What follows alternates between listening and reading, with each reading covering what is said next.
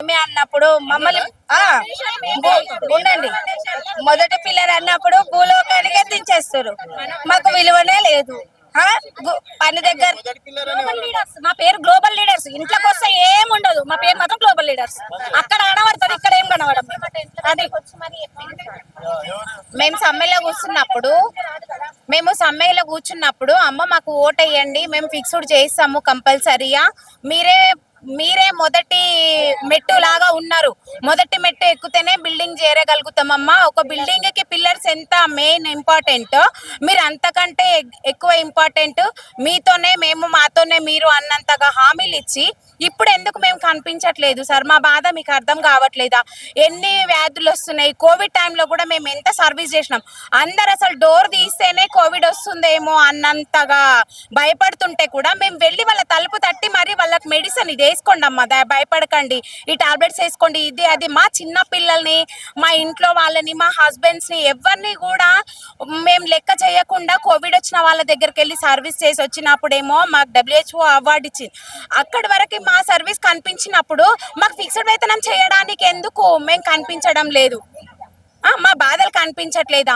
మేము ప్రైవేట్ లో వర్క్ చేసే వాళ్ళకి కూడా ఫిక్స్డ్ వేతనం ఉంది సార్. ప్రైవేట్ వాళ్ళకి ఫిక్స్డ్ ఉంది, వాళ్ళకి ESI PF ఉంది.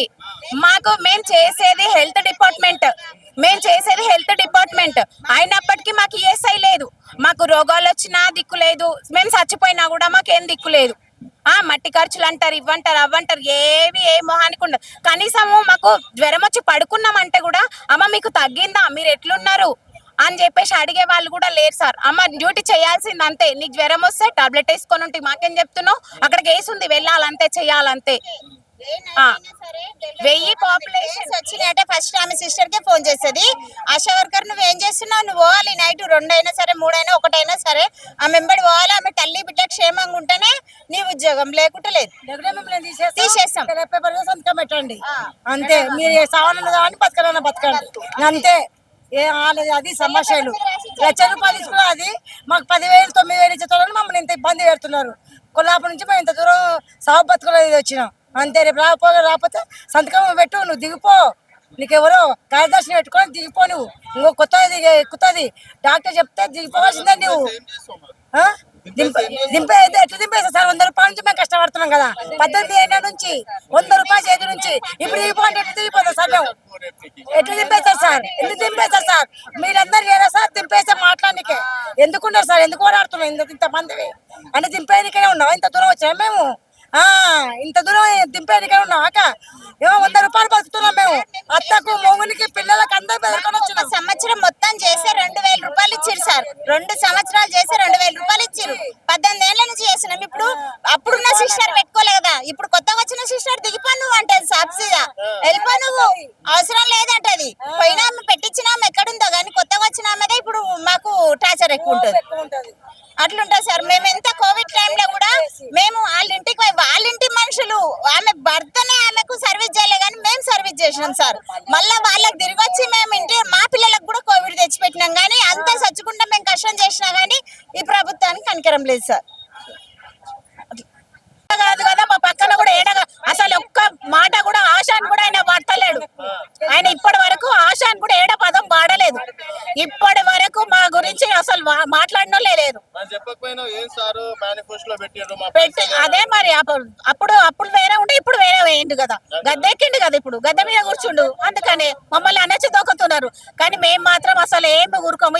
ఈ ఫిక్స్డ్ జీతం వేసి ESI PF retirement benefit function చేసే వరకు మేము ఈ పోరాటం అయితే ఆపం. 9,900 ఉంది మాకు, అది కూడా పారితోషకాలు, శాలరీ అని లేదు, పారితోషకాలు ఫిక్స్డ్ అని లేదు. ఇప్పటి వరకు ఇప్పుడు టైం మొన్న ధర్నా వాళ్ళకి పోయి నెలకు ఒకసారి వాళ్ళకి గుర్తు చేయాలి, మాకు జీతం వేయండి, మా పారితోషకాలు వేయండి. పెద్ద వాళ్ళకేమో 31కే పడతాయి, మాకు మేము పోయి విజయలక్ష్మి మేడం పోయి ఒకసారి వాళ్ళకి గుర్తు చేసి తలుపు కొడితే వాళ్ళు వేస్తారు. అది కూడా లేకుంటే వాళ్ళ ఇష్టం అనమాట.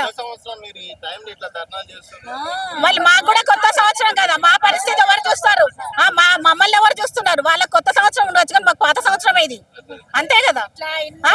ఇప్పుడు మాతృ మరణాలు, శిశు మరణాలు తగ్గినాయంటే ఆశ వల్ల.